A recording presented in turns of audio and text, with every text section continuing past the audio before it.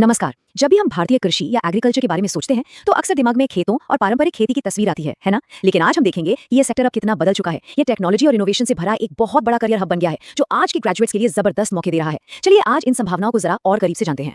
ये बात कितनी गहरी है।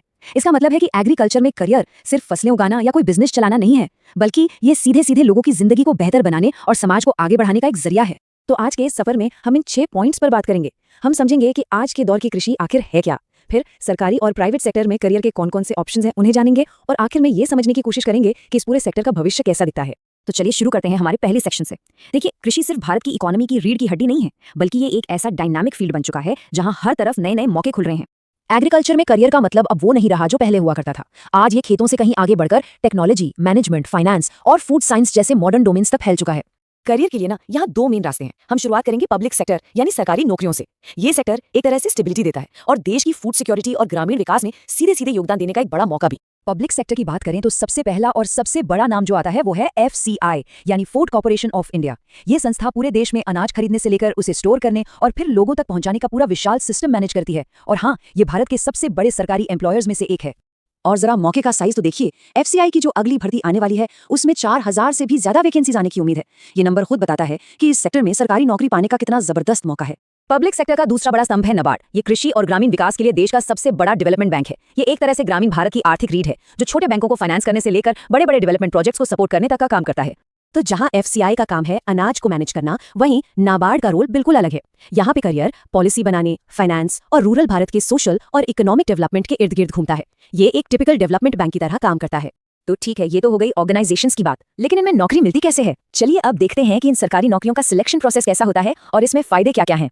FCI असिस्टेंट ग्रेड 3 का सिलेक्शन प्रोसेस काफी सीधा साधा है। इसमें 2 फेज होते हैं। पहला एग्जाम सिर्फ क्वालिफाइंग होता है और दूसरा एग्जाम मेरिट के आधार पर होता है। और सबसे बड़ी बात, कोई इंटरव्यू नहीं है, यानी सिलेक्शन पूरी तरह से एग्जाम में किए गए प्रदर्शन पर ही निर्भर करता है। वहीं दूसरी तरफ नाबार्ड ग्रेड ऑफिसर का सिलेक्शन प्रोसेस थोड़ा और डिटेल है। इसमें 3 स्टेप्स होते हैं। पहले एक प्रीलिम्स एग्जाम, फिर मेंस एग्जाम जिसमें ऑब्जेक्टिव और डिस्क्रिप्टिव दोनों तरह के सवाल होते हैं, और आखिर में एक पर्सनल इंटरव्यू भी होता है। तो अब बात करते हैं सबसे जरूरी चीज की, सैलरी, मतलब हाथ में कितना आता है। FCI असिस्टेंट ग्रेड 3 की सैलरी को देखें तो स्टार्टिंग बेसिक पे लगभग 28,200 रुपए है, और जब इसमें DA, HRA जैसे सारे अलाउंस जुड़ जाते हैं तो ग्रॉस CTC हर महीने करीब 45,000 से 65,000 रुपए तक पहुंच जाती है। चलिए अब सरकारी नौकरियों से हटकर प्राइवेट सेक्टर की चमचमाती दुनिया में चलते हैं। ये एक मॉडर्न, इनोवेटिव और बहुत तेजी से बढ़ने वाला एरिया है जो एग्रीकल्चर ग्रेजुएट्स के लिए नए जमाने के करियर बना रहा है। देखिए, वो जमाना गया जब एग्रीकल्चर ग्रेजुएट्स सिर्फ सरकारी नौकरी के भरोसे रहते थे। आज असली क्रांति, असली एक्शन और ग्रोथ तो प्राइवेट सेक्टर में हो रही है, जहां इनोवेशन की कोई सीमा नहीं है और प्राइवेट सेक्टर में ऑप्शंस की कोई कमी नहीं है। एग्री बिजनेस मैनेजमेंट है, फूड प्रोसेसिंग और क्वालिटी कंट्रोल है, एग्रीटेक है, एक्सपोर्ट है, एग्रोकेमिकल इंडस्ट्री है, मतलब हर फील्ड में स्पेशलिस्ट लोगों के लिए जगह है। ये टेबल देखिए, इससे पूरी पिक्चर क्लियर हो जाती है। इसमें अलग अलग प्राइवेट सेक्टर करियर, बड़ी कंपनियां और एवरेज सैलरी दी गई है। जैसे कि एग्रीटेक को ही देख लीजिए, यहाँ सैलरी 10 लाख प्रति वर्ष तक जा सकती है। क्यों? क्योंकि ये सेक्टर टेक्नोलॉजी का इस्तेमाल करके खेती की बड़ी बड़ी मुश्किलों को हल कर रहा है, जिससे इसमें बहुत इन्वेस्टमेंट आ रहा है और टैलेंटेड लोगों की डिमांड बढ़ रही है। तो अब सवाल ये आता है कि कौन सा रास्ता चुने। एक करियर में क्या ज्यादा मायने रखता है? एक तरफ है सरकारी नौकरी की स्टेबिलिटी और जॉब सिक्योरिटी, और दूसरी तरफ प्राइवेट सेक्टर का इनोवेशन और तेज ग्रोथ। चलिए दोनों की तुलना करते हैं।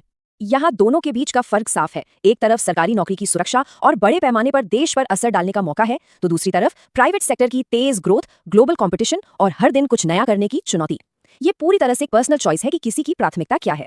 और अगर पैसों की बात करें तो ये बार चार्ट सब कुछ कह देता है। FCI में शुरुआती सैलरी लगभग 6.5 लाख सालाना तक हो सकती है, जबकि प्राइवेट सेक्टर खासकर एग्रीटेक में ये 10 लाख या उससे भी ज्यादा तक पहुंच सकती है। ये दिखाता है कि फाइनेंशियली दोनों सेक्टर्स में क्या उम्मीद की जा सकती है।